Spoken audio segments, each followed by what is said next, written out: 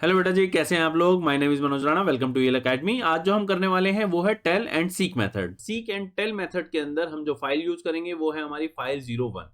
ये dot TXT है। हमारे पास 3 इसके अंदर लाइंस हैं और आप देख ही सकते हैं बहुत सिंपल सा मैंने यहाँ पर टेक्स्ट दिया हुआ है। अब हमने देखना है कि यहाँ पर जो हमारा सीक और टेल मेथड है वो करते क्या है। इसके लिए आपको पता होना चाहिए कि फाइल ऑब्जेक्ट की करंट पोजिशन से मतलब क्या होता है। एक्चुअली ये जो टेक्स्ट कर्सर होता है हमारा, जो भी फाइल के अंदर यहाँ पर आप देख रहे हैं कि ब्लिंक कर रहा है, ये टेक्स्ट कर्सर की हमारी करंट पोजीशन का हम पता लगा सकते हैं कि ये कहाँ पर है। हम यहाँ पर इसको ऑफसेट दे सकते हैं। ऑफसेट देने का मतलब ये होता है कि हम यहाँ पर इसको मूव करवा सकते हैं कि ये जैसे शुरुआत अगर हम करते हैं कभी भी किसी फाइल की, तो ये यहाँ पर होती है, मतलब बिगनिंग ऑफ द फाइल में।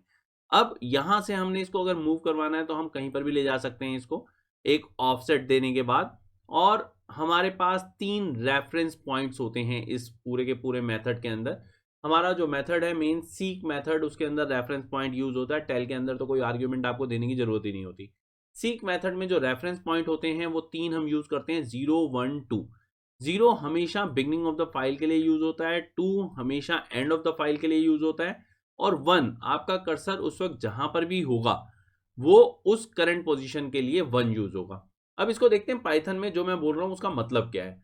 यहाँ पर मैंने ऊपर जो है हल्की हल्की सी एक डेफिनेशन आपको दे दिया, अगर आप ध्यान रखना चाहें कि टेल मेथड जो है वो किस लिए यूज होता है, सीक किस लिए यूज होता है। अब टेल जो है वो हमारे को मेन बता रहा है कि हमारा कर्सर कहाँ पर है। सीक जो है वो ऑफसेट और रेफरेंस पॉइंट के लिए यूज होता है। लेकिन जस्ट ये पढ़ के आपको ये ऐसे समझ में नहीं आने वाला, तो हम यहाँ पर एक प्रोग्राम बनाते हैं। इसके अंदर हम एक फाइल ऑब्जेक्ट ले लेते हैं, और फाइल ऑब्जेक्ट मैंने आपको पहले ही बताया है कि हम कौन सी फाइल लेने वाले हैं, फाइल 01। फाइल 01 जो है txt एक्सटेंशन के साथ में है, और इसको हम रीड मोड के अंदर ओपन कर लेते हैं। अब ये जो हमारे पास रीड मोड के अंदर ओपन करी है, इसको हमें क्लोज भी करना होगा। ये हमने क्लोज कर दी। और इसके बीच में अब अगर मान लो मैं शुरुआत में आपको यहाँ पर प्रिंट करके दिखाऊं f.tel, तो ये आपको जब आप ओपन करेंगे तो ऑब्वियस है आपका कर्सर जो है वो बिगनिंग ऑफ द फाइल पे होगा, यानी यहाँ पर। तो जब कभी भी आप इसका आउटपुट लेंगे, मैं आपको सेव करके रन करके दिखाता हूँ, तो आप देखेंगे आपके पास आउटपुट जो है वो 0 आया है। अगर मान लो हम यहाँ पर इससे रीड लाइन करवाते हैं, हम कहते हैं प्रिंट f.readline। अब यहाँ पर ये एक लाइन पढ़ चुका है। अब यहाँ पर मैं दोबारा से प्रिंट और यहाँ पर कहता हूँ f.tel। अब मुझे वो कर्सर की करंट पोजीशन बताए रीड लाइन के बाद। तो यहाँ पर आप देखेंगे कि शुरुआत में वो था 0।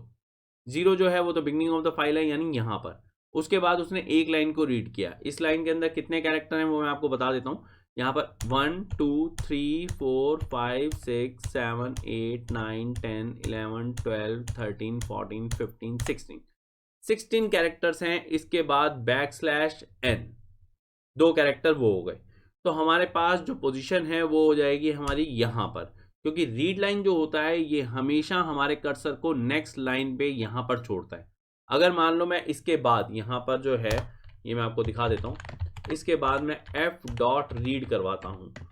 तो f.read करवाने पे क्या होने वाला है, ये हमारा जो कर्सर है जहां पहुंच चुका है उसके बाद पढ़ना शुरू करेगा। तो कर्सर हमारा कहां पहुंच चुका था वो आपको अब क्लियर हो गया होगा। हमारी पहली लाइन के नेक्स्ट लाइन की शुरुआत में, मतलब पहली लाइन के एंड पे नहीं था ये नेक्स्ट लाइन की शुरुआत पे था। तो इस चीज का आप ध्यान रखेंगे। और ये जो 18 है, ये 18 जस्ट इसीलिए वहां पर आता है, ये आपको पता होना चाहिए। अब यहाँ पर ये तो हो गए हमारे टेल मेथड, मतलब जो वहां पर करंट पोजीशन अगर हमने कभी पता लगानी है तो हम टेल मेथड से बहुत इजीली पता लगा सकते हैं। अब देखते हैं कि सीक मेथड क्या करता है।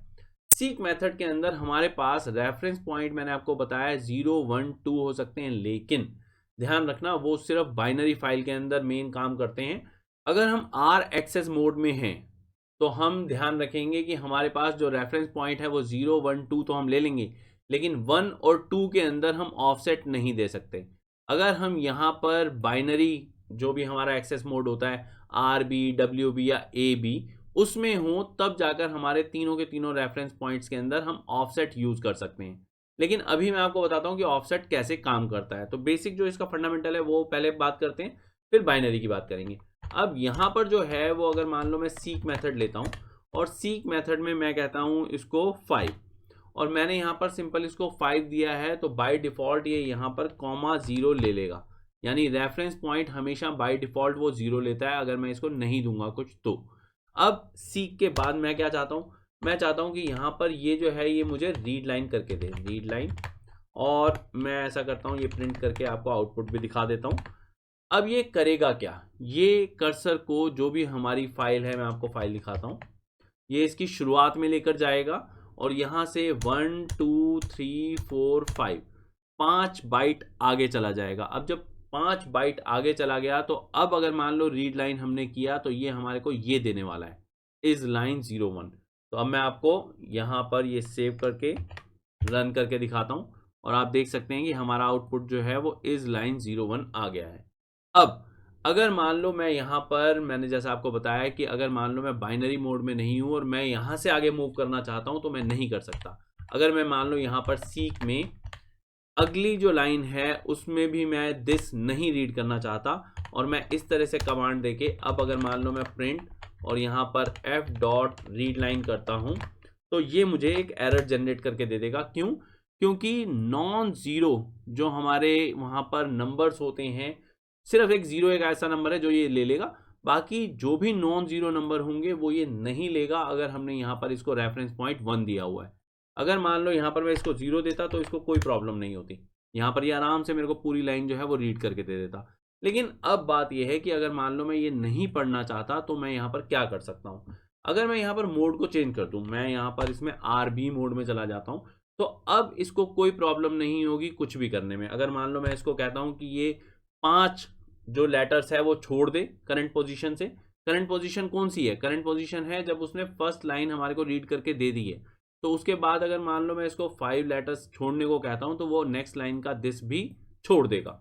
अब यहाँ पर सेव करके रन करके दिखाता हूँ और आप देख सकते हैं कि अब उसने आराम से वहां पर जो है ये मुझे पहले दे दिया और उसके बाद उसने ये मुझे नेक्स्ट लाइन में दे दिया बिना किसी एरर के। तो इस तरह से हमारा ये जो सीक मेथड है वो काम करता है। अब हम बात करते हैं, क्या हम यहाँ पर ऑफसेट जो है वो नेगेटिव ले सकते हैं? बिल्कुल ले सकते हैं अगर हम बाइनरी मोड में है तो। जैसे अगर मान लो मैं लास्ट में आपको फिर दोबारा से फाइल जो है वो दिखा देता हूँ, मैं चाहता हूँ कि मैं सिर्फ यहाँ पर ये जो लास्ट के लेटर्स हैं इनको मैं रीड करूँ। तो यहाँ पर मैं क्या कर सकता हूँ, 1 2 3 4 5 6 7 8, मुझे यहाँ पर 8 बाइट जो है वो चाहिए। तो ठीक है, मैं यहाँ पर जो है f डॉट सीक और मैं यहाँ पर -8 देता हूँ और एंड ऑफ द फाइल से मैं इसको रीड करना चाहता हूँ तो मैं इस तरह से दूंगा।